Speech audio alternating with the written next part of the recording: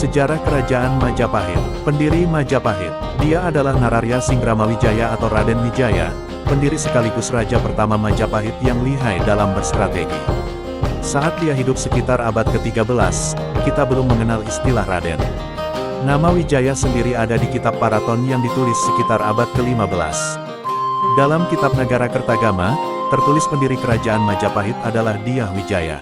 Dia adalah gelar kebangsawanan dan merupakan cikal bakal gelar Raden. Menurut kitab Pararaton, Raden Wijaya adalah putra Mahisa Cempaka yang merupakan Pangeran Singasari. Dia tumbuh di istana kerajaan Singasari.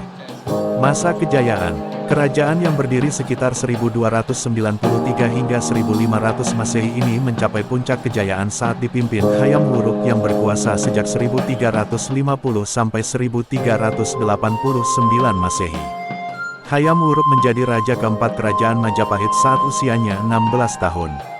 Meski sangat muda, tindak tanduknya memimpin kerajaan tertuang dalam Nagara Kertagama. Tertulis tidak ada satupun yang mampu mengganggu kedamaian pemerintahannya. Di bawah pemerintahan Hayam Wuruk, daerah kekuasaan mencakup seluruh Nusantara, yakni meluas sampai ke Sumatera, Semenanjung Malaya, Kalimantan, Sulawesi, Kepulauan Nusa Tenggara, Maluku, Papua, Tumasik, Singapura, dan sebagian kepulauan Filipina. Sekitar 98 kerajaan pada saat itu ada di genggaman Majapahit. Panglima tertinggi. Menurut Negara Kertagama, Gajah Mada adalah panglima tertinggi, Mahapati, sekaligus tangan kanan Hayam Wuruk. Keberhasilan Hayam Wuruk tak lepas dari pengaruhnya. Gajah Mada lahir pada awal abad ke-14 dari kalangan rakyat biasa.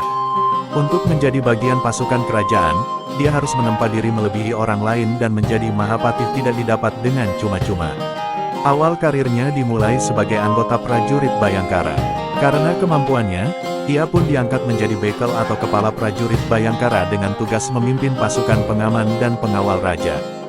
Gajah Mada diyakini sebagai lembu muksa atau titisan dari Dewa Wisnu. Dengan keyakinan masyarakat tersebut, Gajah Mada mendapat legitimasi yang sangat kuat dari seluruh rakyat Majapahit, sehingga mendapatkan dukungan kepatuhan yang kuat dari rakyat dan kepercayaan yang besar dari raja. Pada 1321 Masehi, dia dipromosikan menjadi Patih di Daha, wilayah yang lebih luas dibanding sebelumnya, menggantikan Arya Tilam. Di sana, Gajah Mada mendapat pendidikan, pelatihan, dan bimbingan dari Mahapati Majapahit saat itu, yaitu Arya Tadah. Melihat kemampuan Gajah Mada yang luar biasa tampaknya membuat Arya Tadah sengaja mengkader Gajah Mada untuk menggantikan posisinya kelak. Sumpah Palapa, ini adalah janji yang sangat melegenda hingga saat ini dan mungkin akan selalu dikenang. Sumpah Palapa sebenarnya janji politik yang diucapkan Gajah Mada ketika dilantik sebagai Mahapati. Janji politik yang benar-benar diwujudkannya untuk menyatukan Nusantara, yaitu kawasan yang lebih besar dari Indonesia tapi meliputi seluruh Semenanjung Malaya, Malaysia dan Singapura, Sumatera, Jawa, Kalimantan, Sulawesi, Sunda Kecil, Bali, Maluku, Papua, hingga wilayah Darwin, Australia. Runtuhnya Majapahit. Kematian Gajah Mada pada 1364 Masehi menjadi awal redupnya kejayaan Majapahit. Namun belum ada yang dapat memastikan penyebab kematian Sang Mahapati. Setelah Gajah Mada meninggal, Hayam Wuruk sangat terpukul dan menolak menunjuk Mahapati lain.